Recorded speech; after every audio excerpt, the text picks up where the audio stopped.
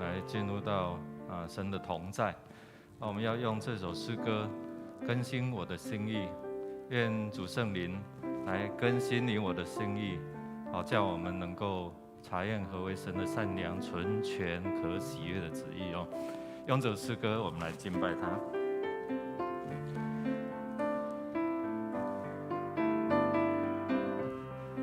更新我心意，更新我心意，使我能像你。更新我心意，使我能像你。我们从头再来。更新我心意，使我能像你。更新我心意，使我能像你。主，你是陶匠，我是泥土，摸我所造我，是我的恳求。更新我心意，使我能像你。更新我心意，使我能像你。更新我心意，更新我心意，使我能像你。跟神说，更新我心意，使我能像你。主，你是陶匠，主，你是陶匠，我是泥土，摸我所造我，是我的恳求。更新我心意，使我能像你。更新我心意，使我能像你。弟兄姐妹，开你的口来祷告好吗？求圣灵来更新我们的心意。你渴慕圣灵，圣灵就会与你同在。我们开口同声来祷告，说：主圣灵啊，求你来，我现在需要你。需要你帮助我更新我的心思意念，更新我的想法，更新我的态度，好叫我能够好好来敬拜你。开你的口来祷告。我们渴慕圣灵来塑造、来磨造、来更新我们的心意。哈利路亚！主，你的圣灵在哪里，哪里就要得自由。主，你使我们想起你的真理，真理叫我们明白你的心意，真理叫我们明白你的话语，真理叫我们能够靠着你的话语活出你的样式。谢谢主，谢谢主，哈利路亚！更新我心意，更新我心意，使我能像你。更新我心意，使我能像你。跟主说，主，你是陶匠，我是泥土，摸我所造我，是我的恳求。更新我心意，使我能像你。更新我心意，使我能像你。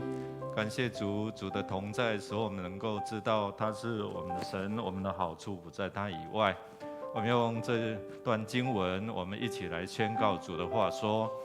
他对我说，我的恩典够你用的，因为我的能力是在人的软弱上显得完全，所以我更喜欢夸自己的软弱，好叫基督的能力护庇我。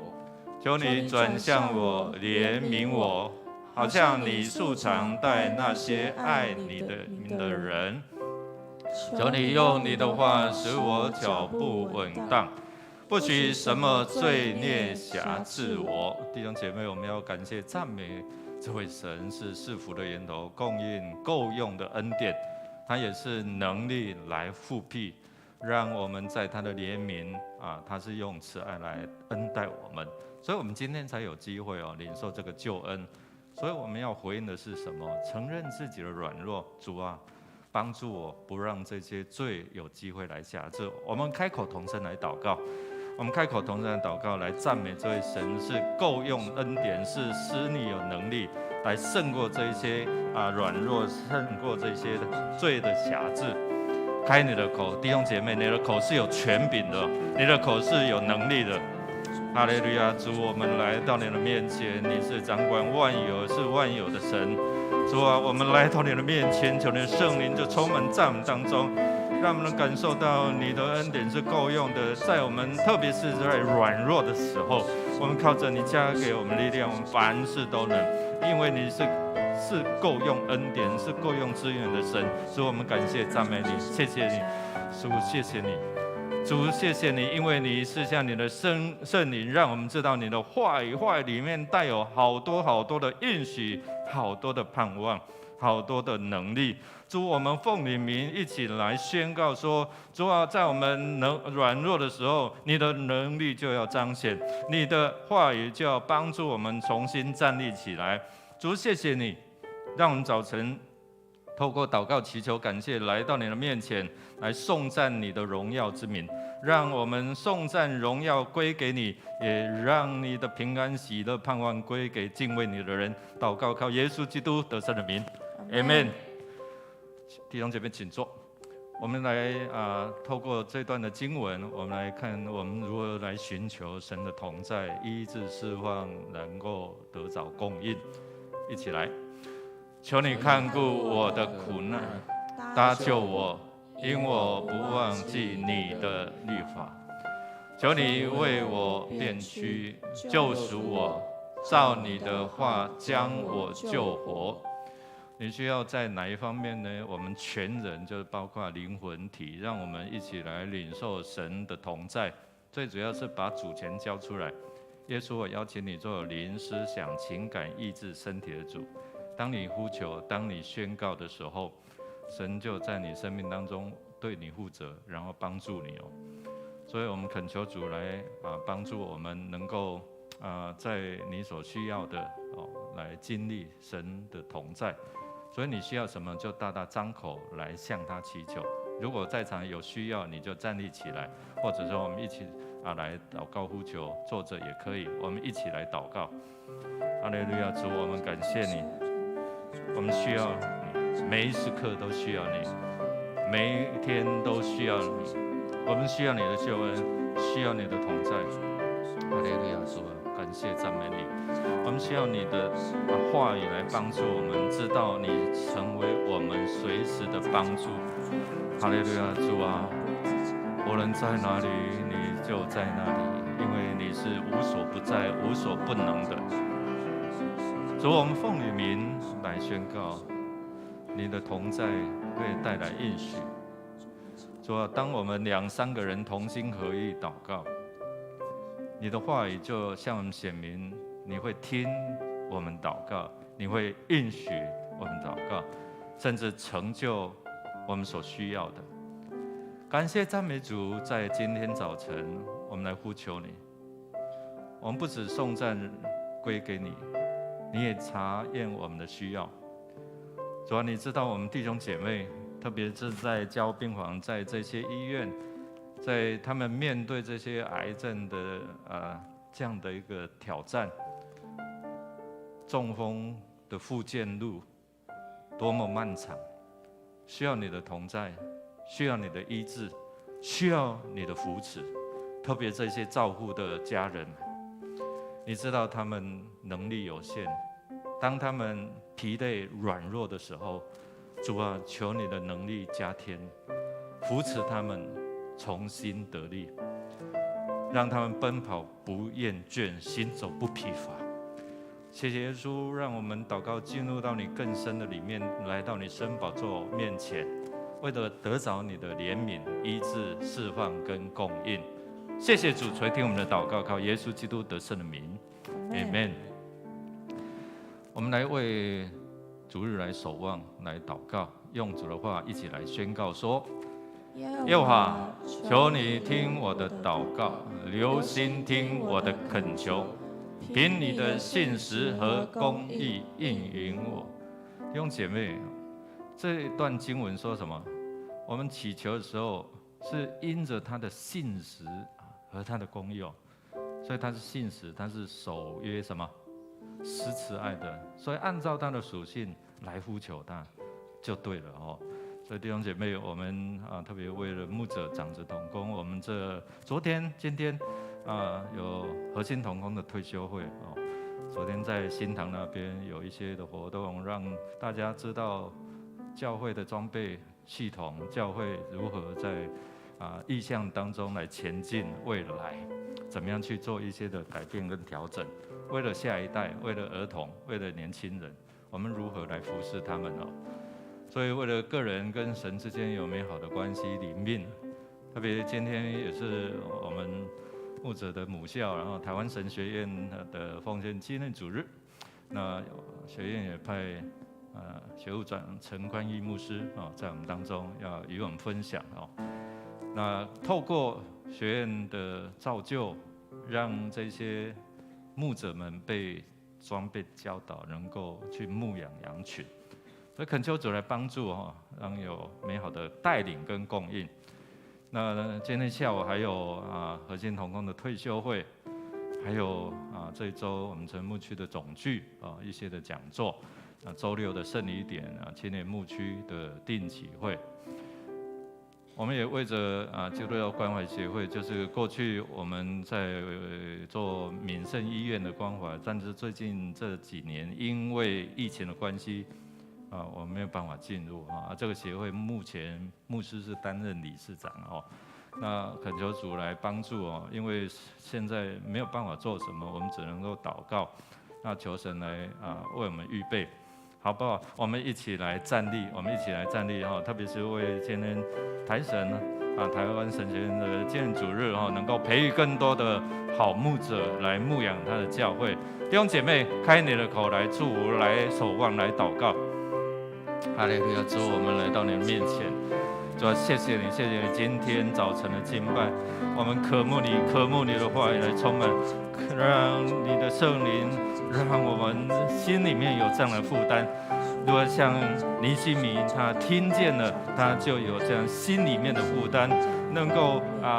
恳求神，特别是在困境当中，他知道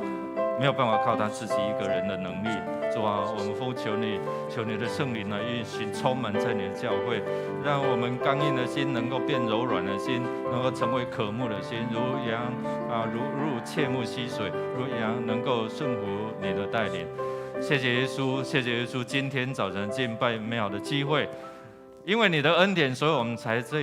可以在这里一起敬拜。因为你的救恩，让我们坦然无惧来到你圣的宝座面前；因为你的怜悯，所以我们可以能够在这边服侍；因为你的赐福，所以我们才能够从你的话语领受你的应许。谢谢耶稣，今天早上敬拜，接着我们要敬拜，好好的敬拜，让你喜悦，让你的宝座就设立在这里，愿你的荣耀就充满在你的圣殿，来进驻在我们的心里面。我们也要一起用主祷文来祷告说：我们在天上的父，愿人都尊你的名为圣，愿你的国降临，愿你的旨意行在地上，如同行在天上。我们日用的饮食，今日赐给我们，免我们的债，如同我们免了人的债，不叫我们遇见试探，救我们脱离凶恶。因为国度、权柄、荣耀，全是你的，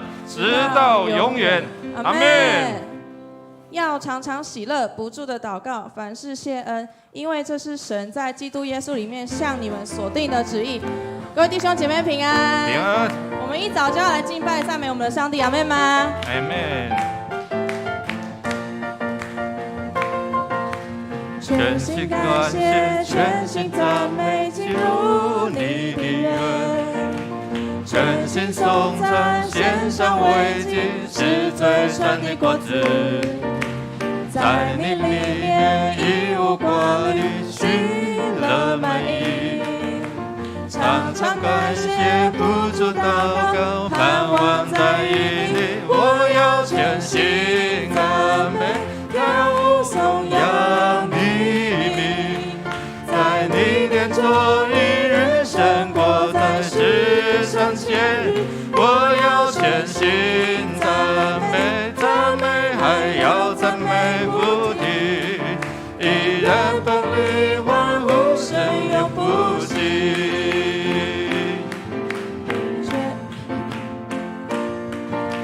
全心感谢，全心赞美，进入你的园。全心颂赞，献上为祭，是最善的果子。在你里面一无挂虑，喜乐满溢。常常感谢，不住祷告，盼望在于你。我要全心赞美，跳舞颂扬你名。在你殿中一日胜过在世上千日。我要全心赞美，赞美还要赞美不停。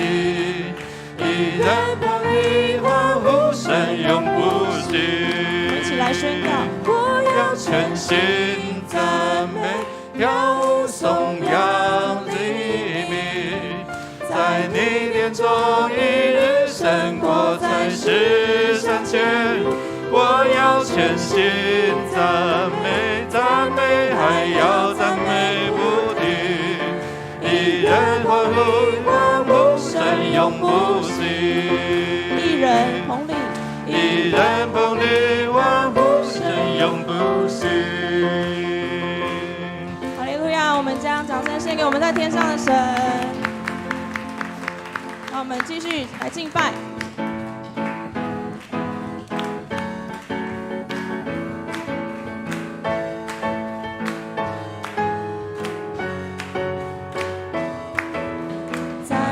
宝座前，我献上我的敬拜，我高举双手，扬声敬拜你救恩，归宝座上的神。在你宝座前，众天使匍匐敬拜，让万国万邦在天上说你救恩，归宝座上的神。我们一起张开口。哈利路亚，哈利路亚，哈利路亚，哈利路亚，救恩荣耀都归于我们的神。哈利路亚，哈利路亚，哈利路亚，哈利路亚，颂赞全能都归于我们的神，直到永永远远。宝座前，我献上我的敬拜，我高举双手，扬声敬拜你救恩，归宝座上的神。在你宝座前，众天使匍匐敬拜，让万国万邦在天上说你救恩，归宝座上的神。哈利路亚，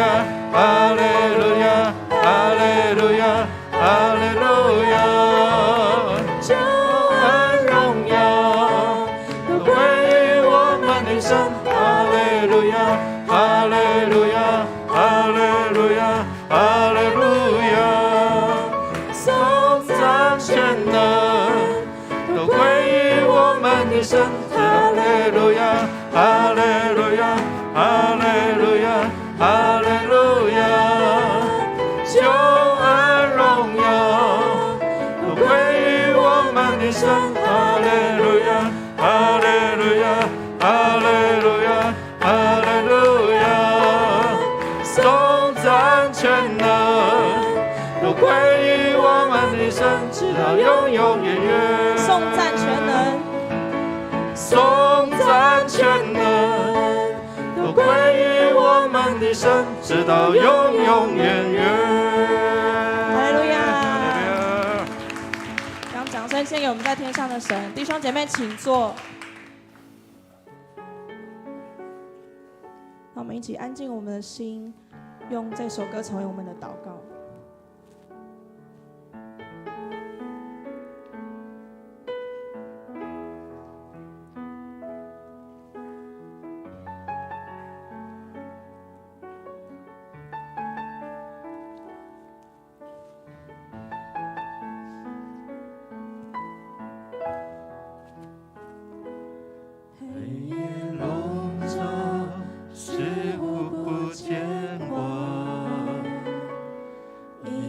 绳索缠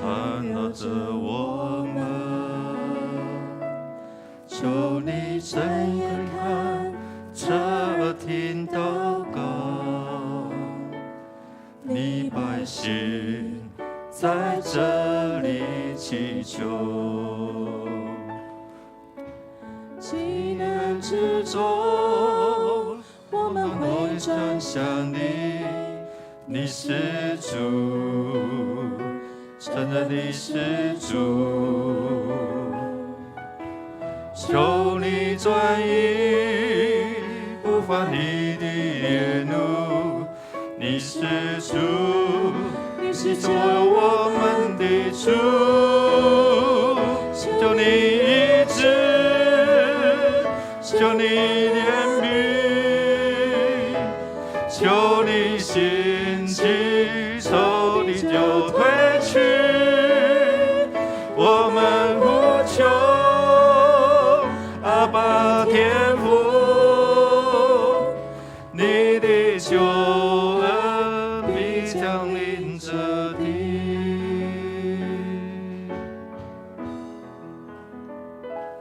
你的心事是我们盼望。你的应许，黑暗中曙光。你必睁眼看，侧耳听祷告。这百姓是你所爱的，急难之中，急难之中，我们会转向你。你是主。承认你是主，求你转移不发你的烈怒。你是主，你是救我们的主，求你医治，求你怜悯，求你兴起，求你就退去。我们呼求阿爸天父，你的救恩必降临这地。我们一起举起手宣告：求你医治，求你怜悯，求你兴起，仇敌就退去。我们呼求阿爸天父，你的救恩必降临这地。求你医治，求你怜悯，求你兴起，仇敌就退去。我们呼求阿爸天父，你的救恩，你的救恩必降临。再来，求你医治，求你怜悯，求你医治。弟兄姐妹，把你的祷告带出神的医治，带出神的怜悯，求你就退去。主，我们呼求你，阿爸天父，阿爸天父，你的救恩必降临这地。你的救恩，你的救恩必降临这地，你的救恩必降临这地，你的救恩必降临这地。阿爸天父，我们感谢赞美你，是因着你的怜悯，在我们还做罪人的时候，耶稣基督的救恩就向我们显明，是在我们做罪人，就是我们不够好的时候，你的怜悯向我们来彰显。主耶稣，感谢你，因着你的慈爱，因着你的牺牲，所以我们才能够在这里。主，你也知道我们当中也有一些慕道的朋友，让他们认识你，知道你的救恩，原来就只有一个字：信。相信，当我们口里承认，心里相信，就必得救，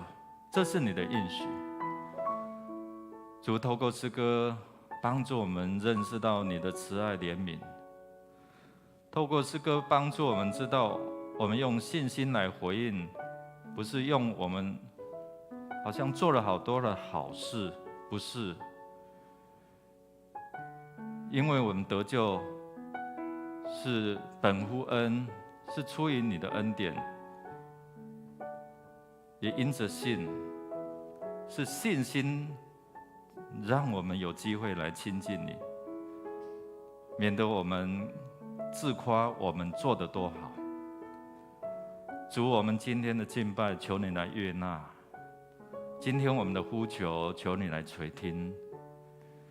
求你打开你天上升宝座的府库，倾覆下来，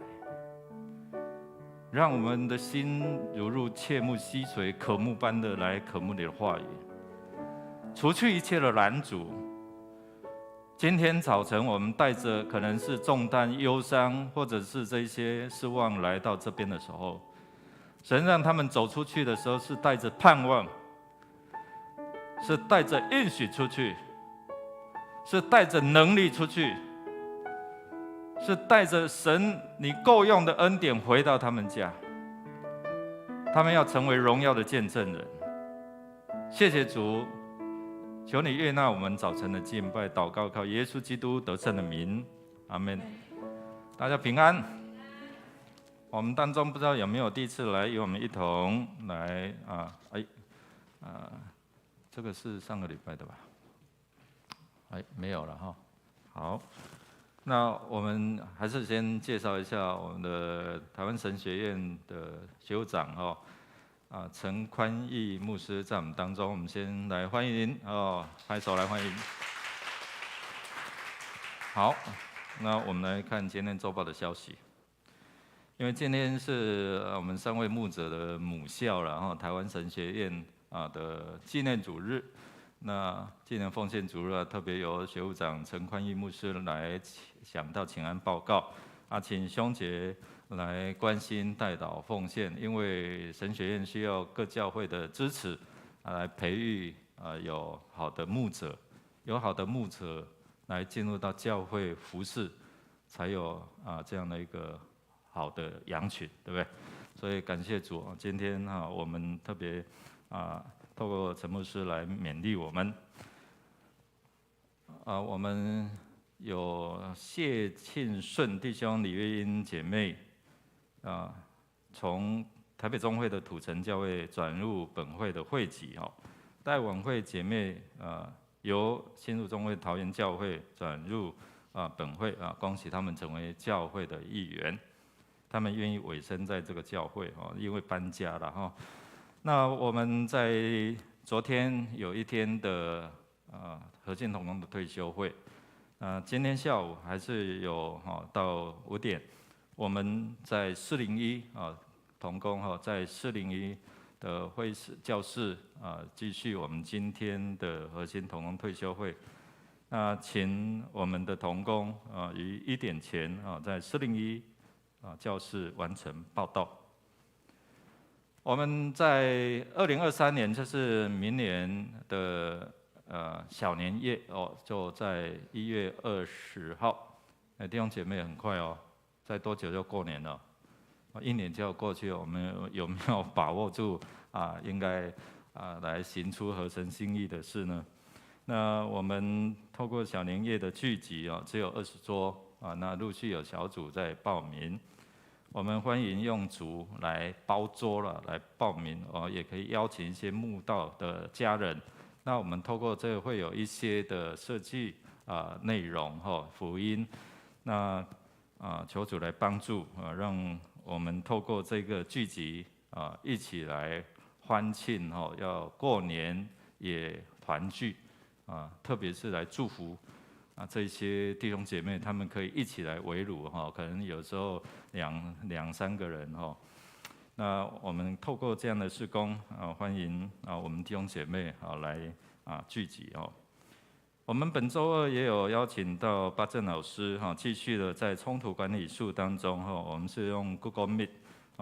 那你如果在这边常常在家庭常常有大声小声的沟通那你可以上线来学习如何在情绪上的一些的管理我们欢迎就是像我们就是我们的会友然后我们一起来上线来学习我们下主日我们有这个儿童牧区这传说的船我们透过3岁以上的这些小朋友、儿童、家长，我们一起来。未来我们明年会在新堂有亲子的礼拜，所以用这些活动来软身来预备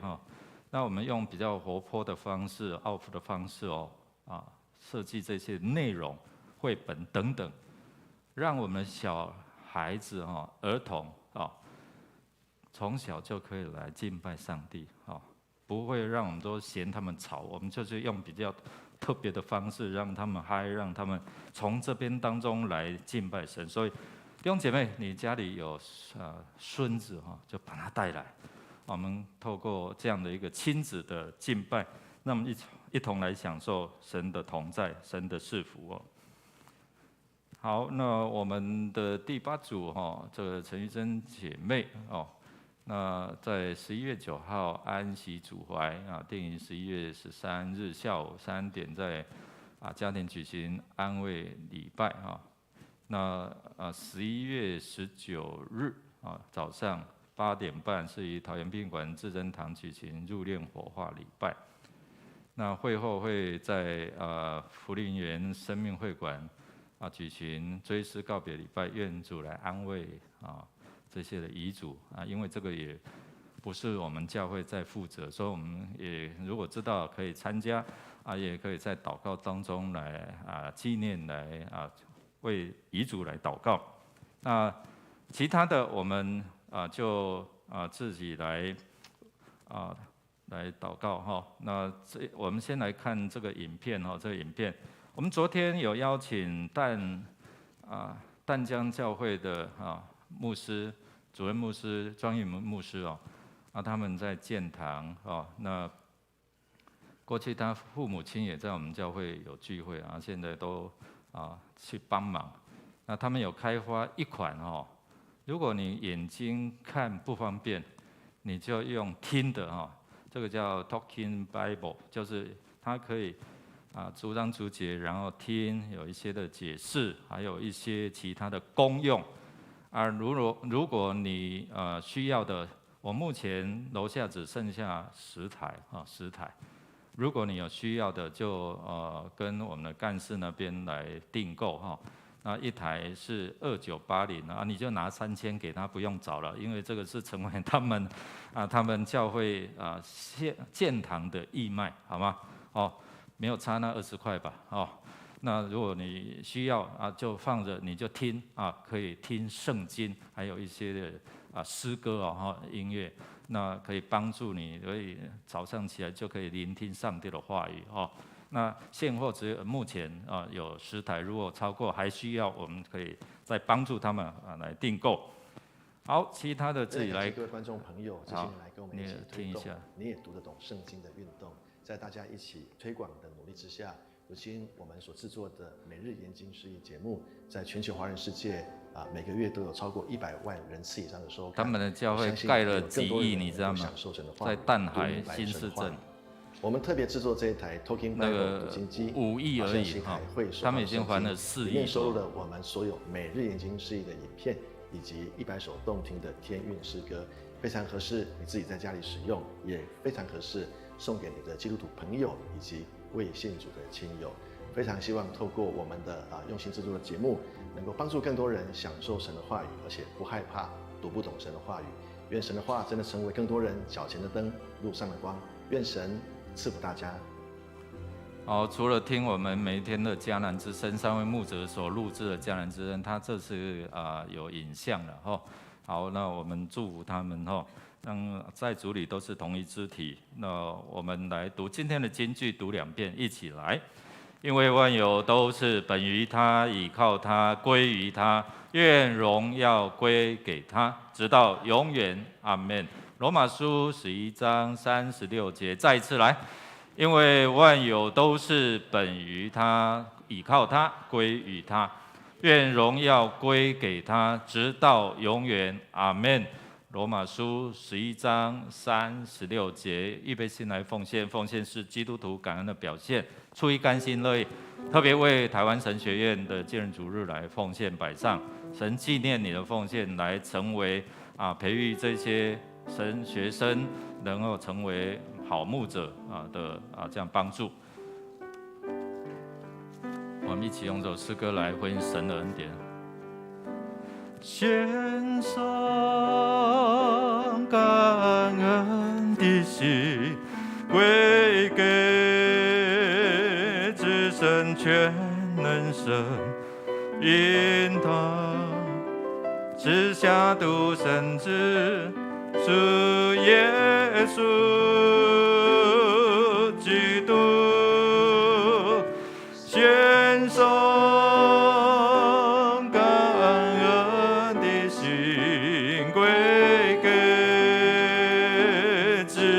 全能神，因他赐下独生子主耶稣基督，一起站立来。如今软弱侧翼的刚强，贫穷这一称呼主，都因为主已成就了。再次来宣告说：如今软弱这一的刚强，贫穷这一称呼主，都因为主已成就了，那是感恩，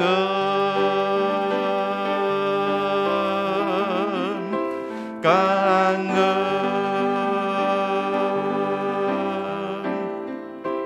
感恩。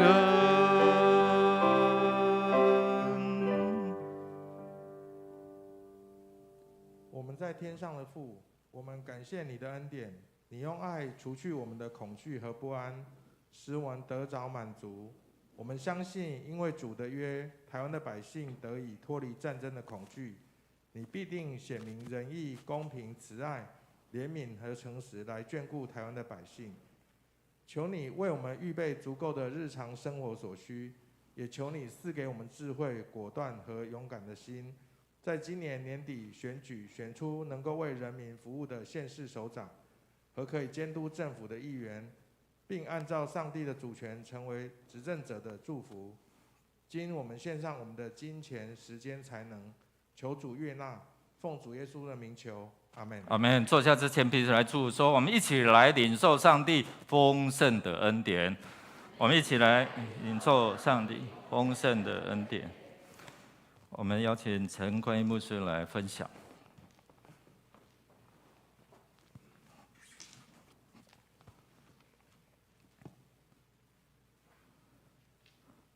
我们一起来读上帝的话。弟兄姐妹，这是上帝的话，我们一起来攻读。弟兄们，我不愿意你们知道这奥秘，恐怕你们自以为聪明。这次以色列人有几分是硬心的，等到外邦人的数目填满了，于是以色列全家都要得救。如经上所记，必有一位救主从锡安出来，要消除雅各家的一切罪恶。又说，我除去他们罪的时候，这就是我与他们所立的约。就这蒙说，他们为你们的缘故是仇敌；就这节选说，他们为列祖的缘故是蒙爱的。因为神的恩赐和选召是没有后悔的。你们从前不顺服神，如今因他们的不顺服，你们倒蒙了连续。这样，他们也不顺服，叫他们因着施给你们的连续，现在也就蒙连续。因为神将众人都圈在不顺服之中，特意要连续众人。胜在神丰富的智慧和知识，他的判断何其难测，他的踪迹何其难寻。谁知道主的心？谁做过他的谋士呢？谁是先给了他，使他后来偿还呢？因为万有都是本于他，倚靠他，归于他，愿荣耀归给他，直到永远。Amen。各位同工，在分享上帝的话之前，我们一起来祷告。亲爱的主圣灵，请你来，请你现在光照我们，请你打开我们的心，建造迦南教会这个信仰团体，让我们可以通过你自己的话来更认识你，更体会你，能够更经验你，与你相遇。祷告奉主耶稣基督的圣名，阿们。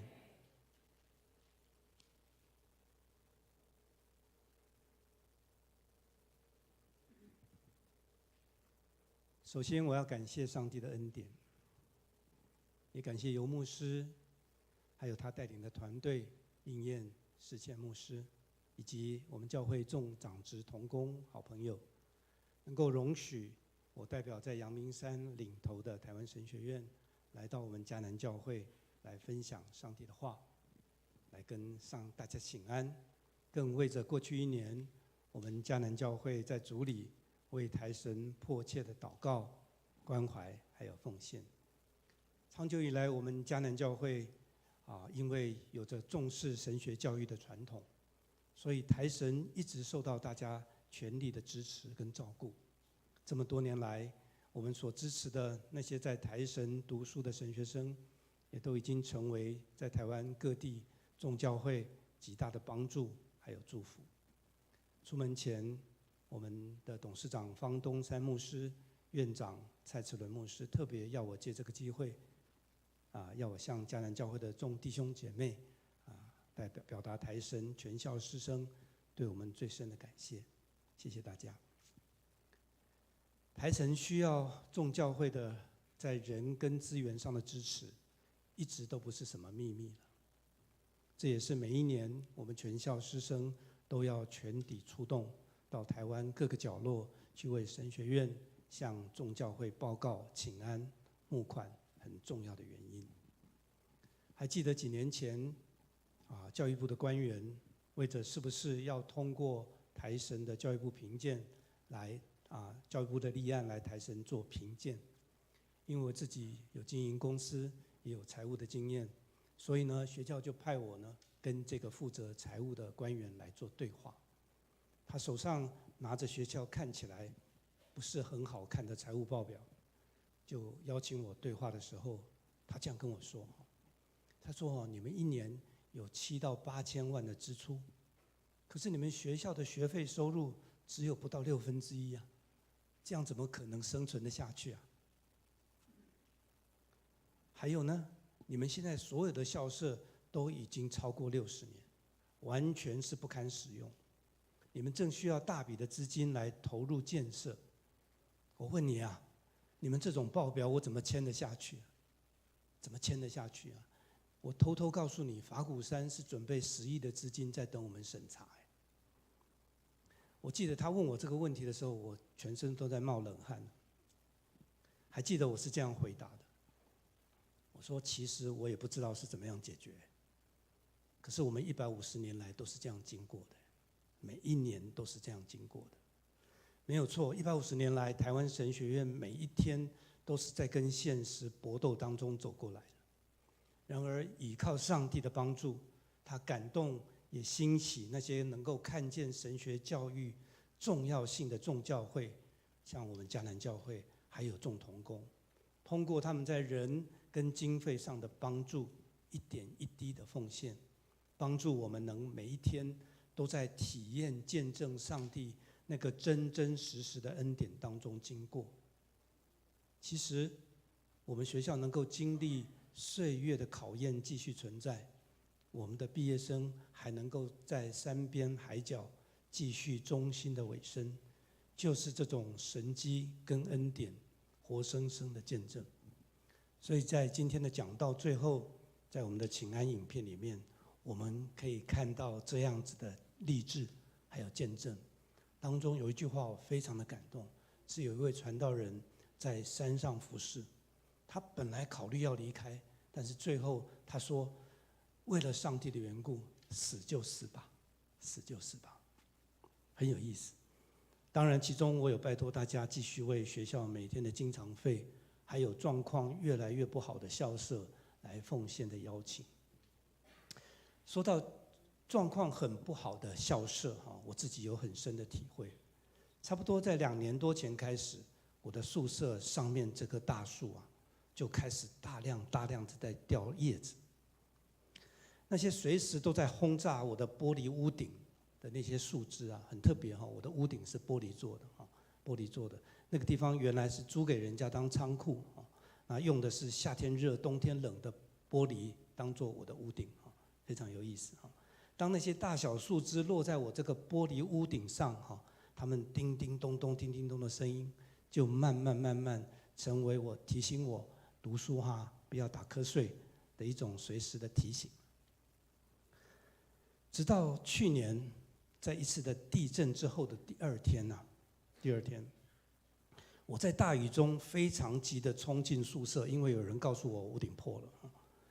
我抬头就看到屋顶上的这个大洞，已经使得我的这个1楼原来的水已经淹到我的脚踝这个脚踝就不断的流到我的楼下去也使得我楼下所有的家具啦、电脑啦全部都报销了。原来是一段很巨号的树枝被地震摇断以后呢，就撞到我的屋顶所造成的。好不容易募到款子修了我的屋顶以后，我就开始觉得很好奇，因为我是读过森林系的我就很好奇，我来想想到底是什么事情让这棵树变成这个样子。没想到一调查我才发现原来这棵从根就已经开始生病腐烂的树它的腐根菌已经造成它周边，你看旁边的树所有的植物都已经死亡不但如此，甚至也传染到对面的那棵我们叫出坑材左边的这棵树已经也一样就是腐烂死亡。这次的调查呢，唯一让我觉得很安慰的事情，就是它帮助我可以解释了。3年前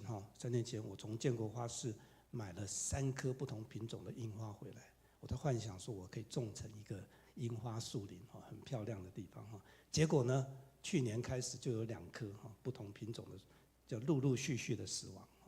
连它周边的这个草也都发不出来。这个让我这个森林本科生种树种到死，实在是在没囝面前非常的没有面子了所以原来是腐根菌的关系。所以后来我就开始做一件事情，就是把根把它除掉，把土翻出来，开始处理那些寄生虫，然后在很恶劣艰难的环境里面，最后呢有剩下一棵树。这是腐根菌的情况，你看大概地上全部都坏掉了最后剩下左边的这棵这棵就是这些看起来很瘦弱，没有什么元气，甚至到了2月人家花期都已经快要过了它一直都不长芽，不长花芽我叫它3号了，这棵最后剩下来的渔民，原来它是单瓣的吉野樱花是我去年以来每一次如果我有时间站在这个园子里面，我就非常挂心它，又常常跟他讲话的一个对象了拜托就加油一下什么人才是圣经所说那些所剩下的种还留下来的人？就是渔民鱼不是打鱼的，是剩下来的渔民就是今天的题目了渔民这个词对基督徒来说一直带有一种很神秘的色彩尤其当人们把它跟旧约当中的渔民，还有新约里面启示录里面的渔民曾经提起说，在以色列的宗支派里面有144000人受盖印的人，把它连在一起的时候，那么渔民这个词呢，就常常成为一个让我们想要去推测，在终末在审判过后，到底哪些人会剩下来，到底哪些是拣选的人，会是什么人？是在座的你还是我？他们总共有多少人呢？它是一个很神秘的名字。所以当保罗在跟他的以色列在9章跟11章当中对他的以色列同胞提起渔民这个词的时候，他对这个字词的态度、想法还有逻辑到底是什么？又针对这段经文，如果我们把它想把它拿来当作今天处境当下处境的理解跟运用，那么我们就需要先从圣经当中来看看保罗所存在的环境跟处境来找答案。事实上，从保罗所属的以色列人的历史来看，我们会发现一件事情非常的有趣每一次圣经出现渔民这2个字的时候呢，它背后所代表的通常是2个非常矛盾的情况。一方面是整个人跟整个信仰团体他们悖逆、无助还有困难的实况，但是另外一方面有趣的是，却同时也是上帝公义的审判，还有他怜悯守约本质的彰显，这2件事情会一起出现的。其中上帝的这2种本质，也就是他的恩典怜悯的心态，以及他对圣洁绝对的要求，对有罪的人他绝对要审判的这个本质之间的那种张力一直是像我们这种信徒团体在面对渔民这个主题的时候，被要求要严肃的回应它。所以每次如果讲台牧师提到渔民这2个字，对我们这些信仰团体来说是一个非常需要严肃面对的事情。所以当保罗在罗马书中讲起渔民这个相关主题的时候，他的谈论基础是放在从旧约以来上帝总是主动的立约审判还有要拯救我们的心意里面。但是当他提起受拣选的那些渔民的时候，他指向的就是那些当时候活在试炼患难中，仍然甘愿每一天用撕裂心肠的悔改，用敬虔分别的生活，用顺服上帝话语的态度，用完全倚靠的相信，也就是那些在生死的挑战当中仍然甘愿用悔改、敬虔、顺服、相信来做他们每一天生活回应的人。渔民是指向那些在日常生活当中有活出这样记号的人，有活出这样的记号的人，不论他是以色列人还是外邦人。原来呢，当时候罗马教会的信徒已经开始分成两群了，一群呢是以色列的信徒，一群呢是外邦人的信徒。他们在教会里面就跟今天一样，很多人都互相看不起对方。对保罗来说，既然人的拣选完全是因为上帝的恩典，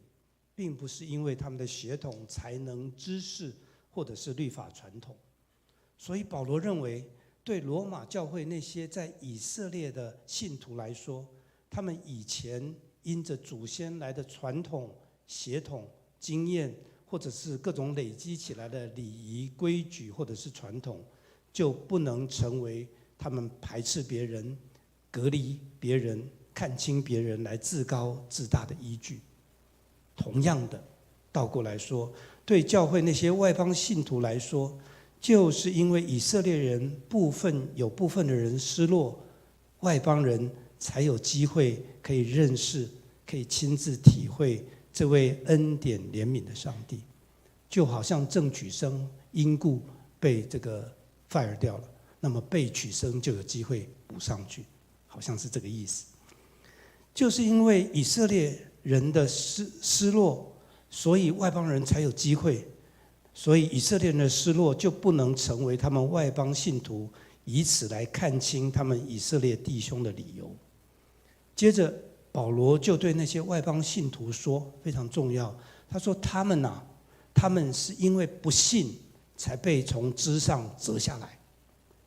你们呢完全是因为信才能站立得住啊。这意思是说，有没有真正的信才是重点，所以不可以自高，反倒要敬畏，反倒要谨慎，反倒要战战兢兢啊。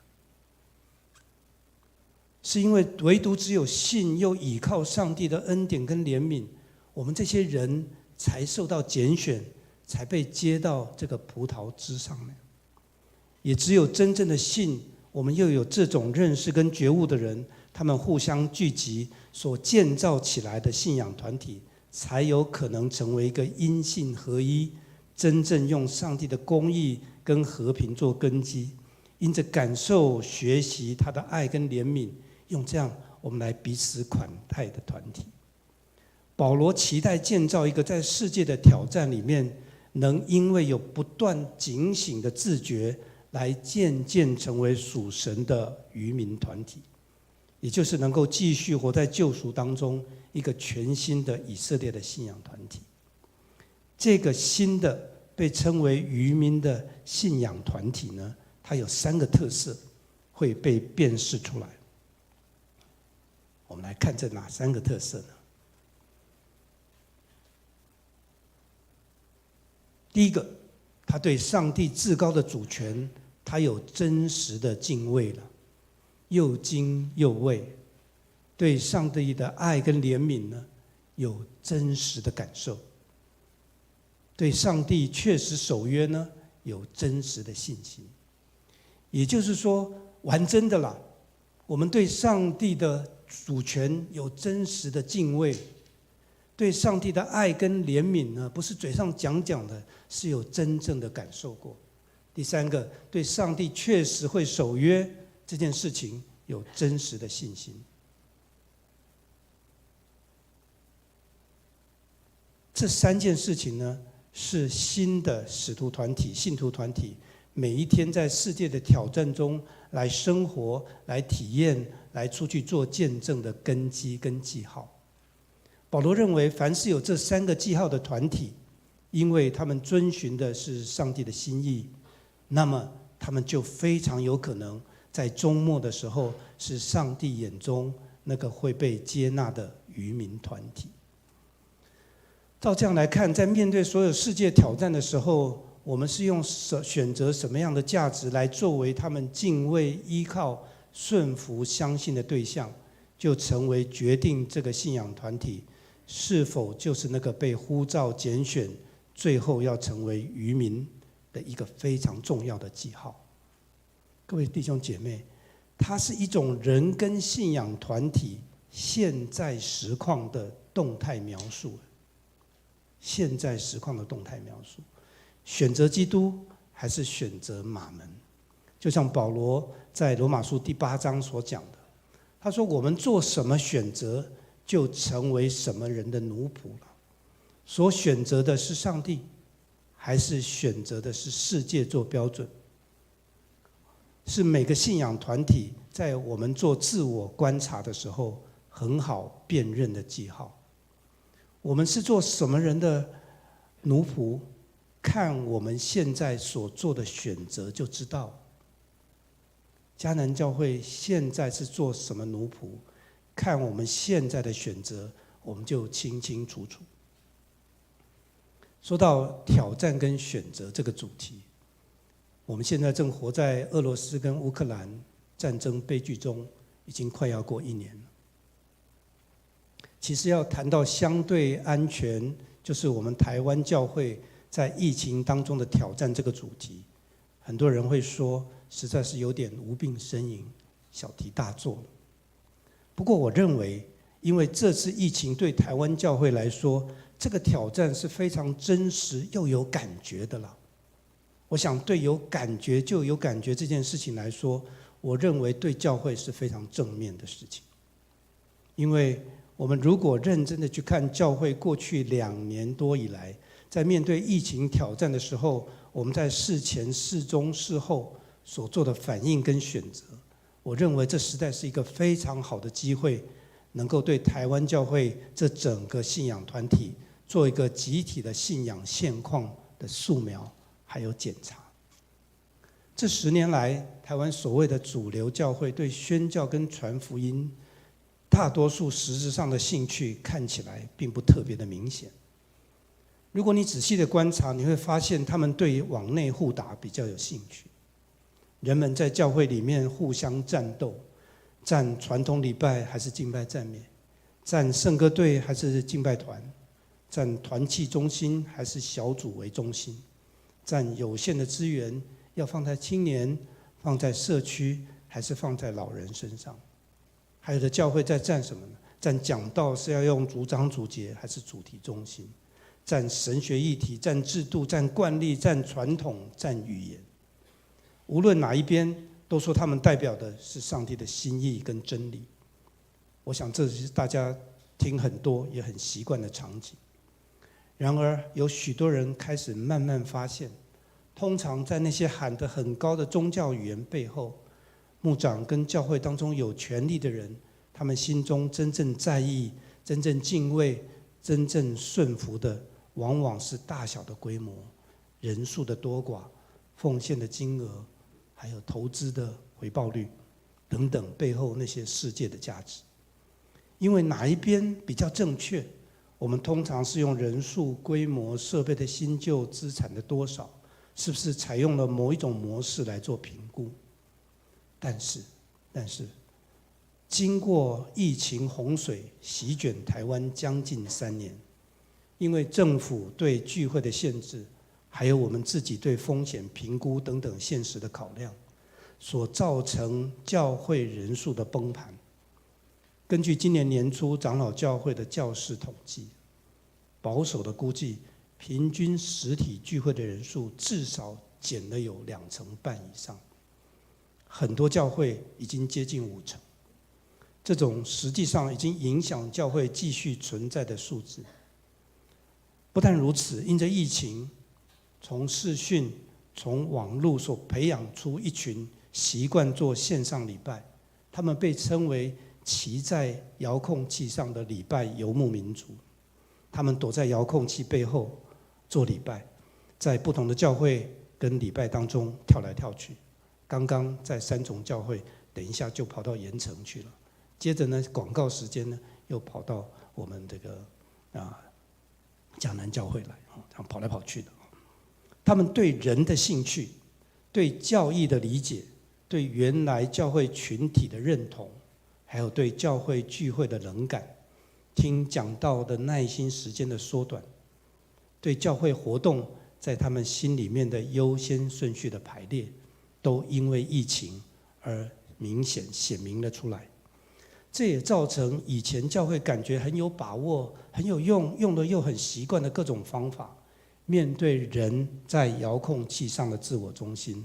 无论他们是传承几百年的制度传统，或者从不同地方 copy 回来的各种奋新的方法跟技术，如今看起来都不像以前那么可靠了。许多忽然被疫情打回原形的教会开始有感觉，原来教会之前所有感觉是因为他们自己的恩赐能力才争取得到，才能赢到的资源或者人数，或者是看起来很厉害可以外销的增长模式、行销手法，其实都是因着上帝对我们这些人的忍耐、宽容，还有看顾的恩典。这段疫情竟然让许多的信仰团体，我们真正的信仰深度明显的浮现出来。在教会是这样，在学校、在机构里面也长得一样。然而，就在我们以为教会能够从这次的疫情挑战里面得到一种重要的提醒，就是一切都得回到根基，也就是回到上帝的话语的这样子的提醒跟操练的时候，新的现实挑战让教会在疫情逐渐退去的时候，又一次得面对选择的试炼。因为我做的是教会冲突的调查，所以过去1年我陆续到不同的教会去做探访调查，听见许多教会不但得在虚拟、实际、虚与实、线上或者是线下的聚会形式里面烦恼的找资源或者找出路，许多教会的同工很紧张的在找新的方法，在探听要什么、用什么有效的方法，才可能让教会流失的人数能够赶快的补回来。在疫情之后，最现实的人数问题已经不是无关紧要，好像3年前我们说头过身就过，应付的后那种101的增长运动而已，乃是许多教会是不是有办法再继续经营下去的生死问题。很多传道人虽然还没有严重到要学吞剑跳火圈变魔术了，但是探听网红灯啊、导播机的价格，随从流行去学习网红的台步啦、口条啦，练习很趣味的套路话术，已经是许多信仰团体的领导者，虽然嘴上没有说，但是心里正在努力实践的现在进行时。不知道你有没有发现，在现实的试炼前面，我们内心比较相信的、真正跪拜的，常常是现实，是自我中心的心性，是数字，是马门。各位弟兄姐妹，选择跟挑战一直是信仰团体每一天都要挣扎拼搏的功课。面对保罗所提起我们这个受呼召信仰呼召的新以色列团体来说，如果我们这些被接到组织上面、接到根头上面的外邦人，我们是被称为野橄榄枝的这些人，竟然也走到跟旧以色列团体一样，专注迷信在用各种方法、各种规律或者各种新旧传统，相信这些才可以救我们跟我们的教会的时候，我们就会成为那要受折断的枝，那些会受丢弃的人民。保罗这样说，他说，你们从前不顺服上帝，如今因他们不顺服，你们倒蒙了怜悯。他在讲外邦人啊，因为他们现在也是不顺服，因他们叫他们因着施给你们的怜悯，现在就得蒙连续了。因为上帝将众人都圈在不顺服当中，为的是要怜悯众人。弟兄姐妹，信仰团体是非常有可能从枝上被折下来的。各位同工，真的要敬畏，真的要警醒，真的每天都要战战兢兢啊！渔民是一群活在这种无论何时都敬畏的站在上帝面前的人。因为受拣选要成为万民祝福的以色列，他们不是凭着他们的族群阶级，他们有几年的传统，有多高的聚会人数，有多大间的教会规模，是用了什么有效的方法在操作，或是有什么亮丽的增长业绩，银行里到底有多少存款，来作为条件来受拣选成为渔民的。如同当初的以色列人，上帝拣选他们，要世人通过他们对上帝的感恩、顺服、谦卑、敬虔的生活来认识上帝，来实际看见，来实际品尝到上帝恩典的滋味，看到他们就欢喜来归信，来成为上帝国度的人。以色列受呼召要用这种方式来祝福万民，所以用真正认识、真正的感受，又真诚的回应上帝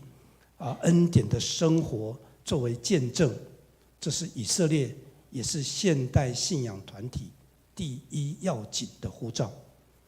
因为这种因着学习基督能救人脱离黑暗权势的价值选择，还有生活实践的觉志，是上帝恩典活生生的见证，也是这个因着顺服上帝旨意来活的渔民团体。我们受呼召要对世人传讲的福音就是这个啦，就是你的见证生活。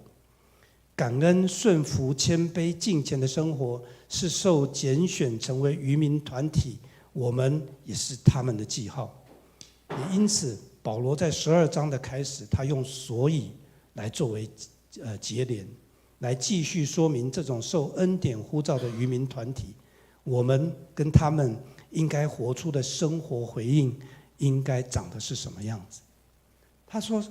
所以弟兄们，我以神的慈悲劝你们，将你们的身体献上，当作活祭，是圣洁的，是神所喜悦的。你们如此侍奉，乃是理所当然。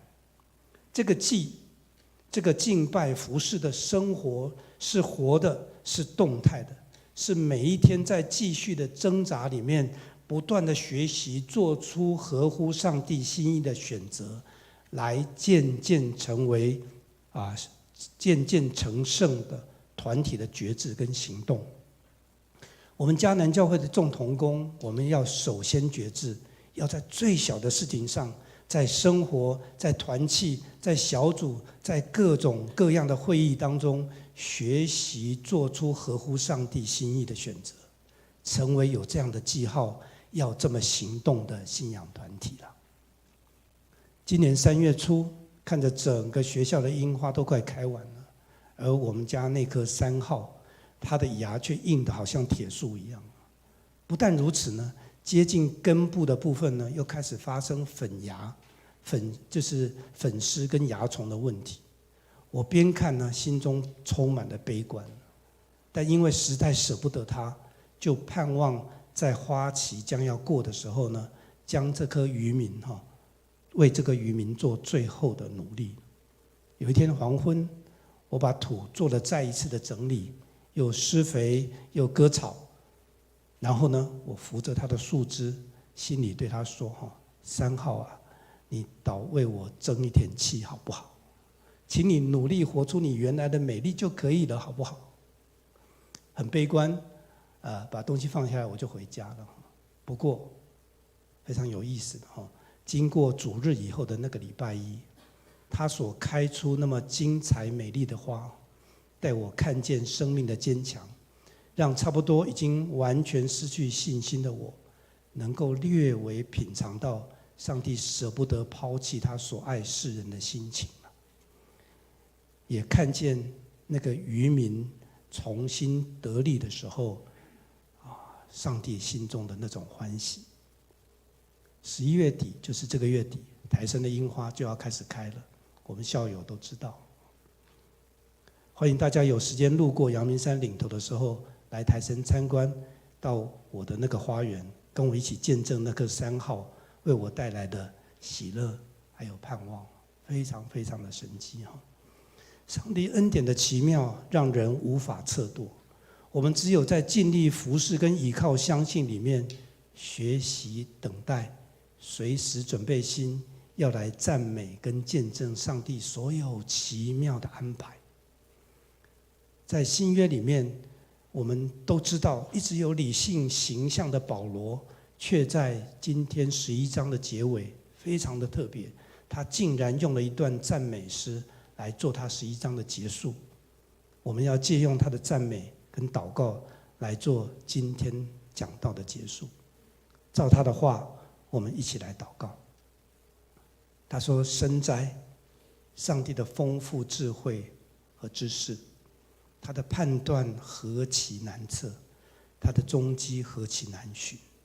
谁知道上帝的心？谁做过他的谋士呢？谁先给了他，使他后来偿还呢？因为万有都本于他，依靠他，归于他，愿荣耀归给他，直到永远。因为万有都是本于他，依靠他，归于他，愿荣耀都归给他，直到永远。祷告奉主耶稣基督的圣名，阿们。接着呢，我要邀请大家看一段影片，一段影片。今天这个版本应该是台语的版本，华语的版本。来，我们一起来看。150年前，只有28岁的马偕来自遥远加拿大，台湾就好像是偏乡。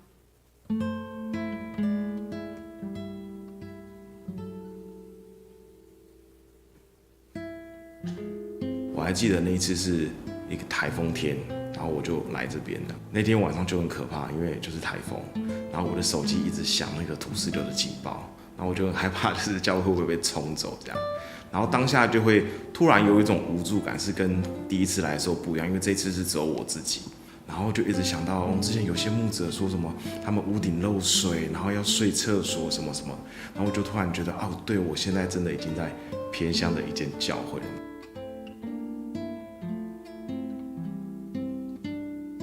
好像是我自己的属灵的家人一样，我们又是同胞，又是弟兄姐妹，然后看到这些羊群是没有牧人能够持续这样养下去的时候，我在神面前的悔改，在神面前的祷告，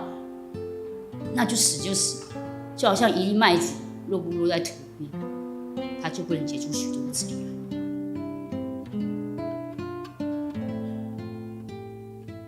在这个地方，嘉义县的番路乡，大部分的人是以务农为主，那教育的水准也相对没有大都市来的这么的高，那经济收入也没有这么的高，那所以这个是最大的差异。那生活上面当然也有很大的差异，像在乡村这个地方，大部分的人都早睡早起就要去田里工作。我倒觉得说，并不是地理位置的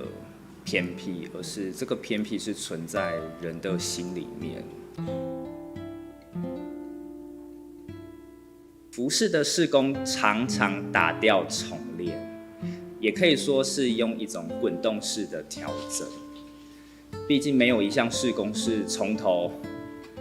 一成不变到结束的。这些事工它好像只仅置于在撒种，但是好像没有办法收割，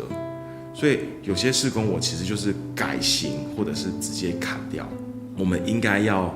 做更多的是在同工的建造上面这样。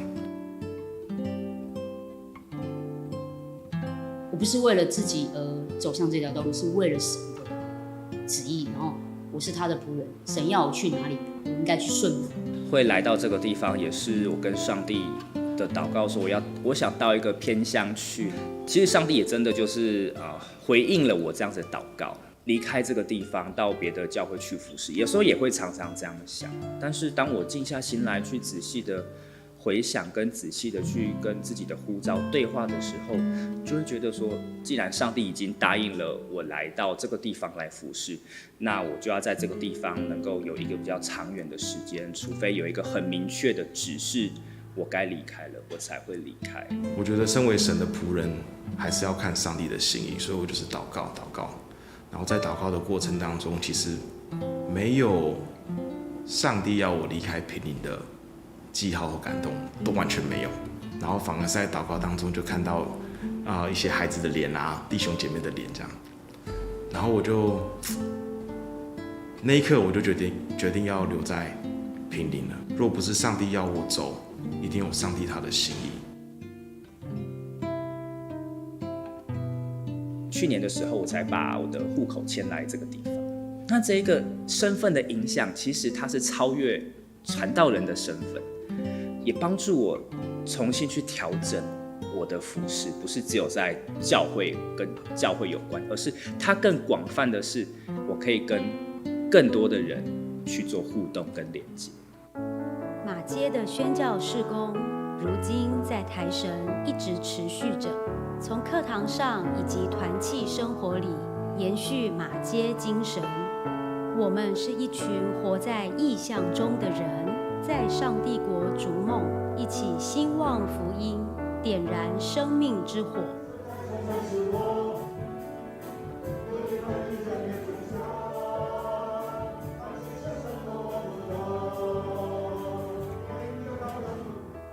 台湾神学院的校训就是对上帝有信，对人有爱，对土地有情。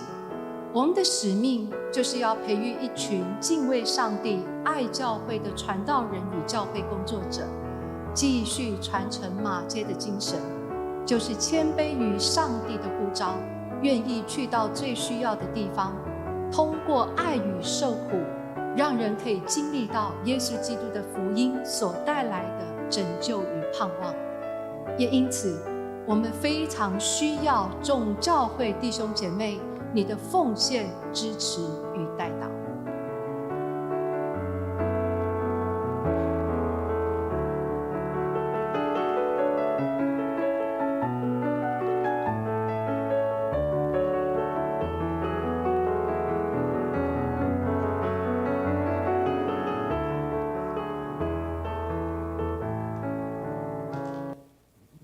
台湾神学院需要大家在人跟钱上的支持，这是确实的。我们需要有人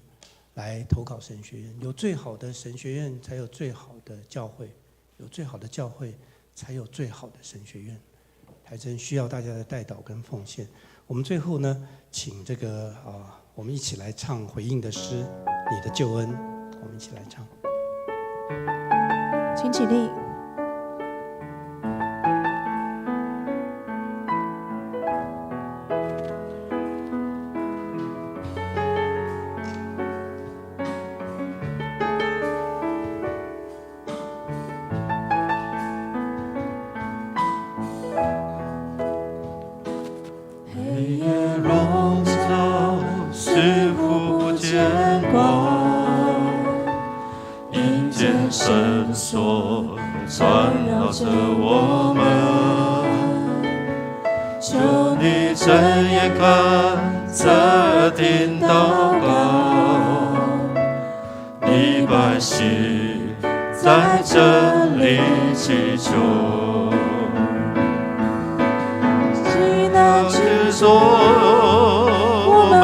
转向你，你是主，承认你是主，求你转移不发你的言路，你是主，你是救我们的主，求你医治，求你怜悯。求你兴起，仇敌就对峙，我们呼求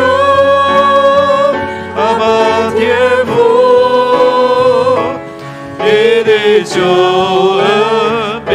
降临这地。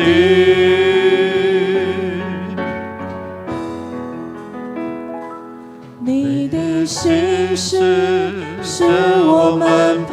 望。你的应许，黑暗中曙光。你闭上眼看，侧听祷告。这百姓是你所爱的。急难之中，我们会转向你，你是主，承认你是主。求你转移不犯你的烈怒，你是主，你是救我们的主。求你医治，求你怜悯，求你兴起，求你就退去。我们呼求阿爸天父，你的救恩必降临这地。急难之中，急难之中，我们会转向你，你是主，承认你是主。求你转移不犯你的烈怒，你是主，你是救我们的主。求你医治，求你怜悯，求你兴起，求你就退去。我们呼求阿爸天父，你的救恩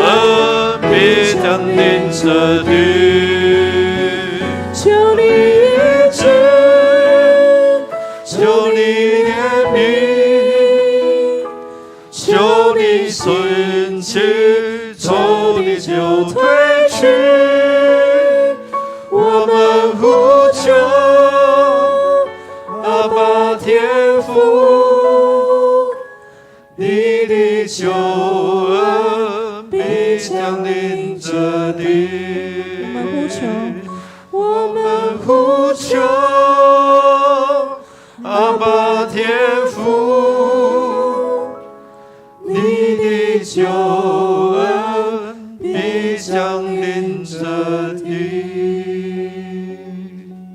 我们一起来领受从神来的祝福。你们现在可以平平安安的离去，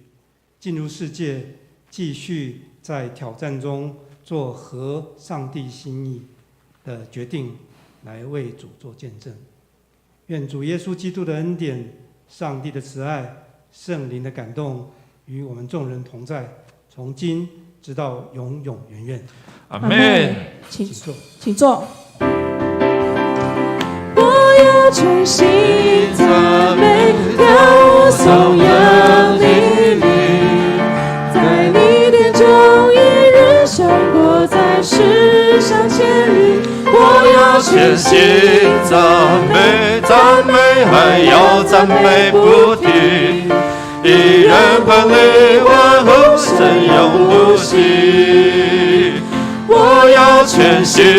赞美，跳颂扬你名，在你殿中一日胜过在世上千里。我要全心赞美，赞美还要赞美不停，一人捧你欢呼声永不息，一人捧你欢呼声永不息。感谢主，今天的敬拜就到这边啊！愿主的平安、喜乐、盼望与大家同在，我们互道平安。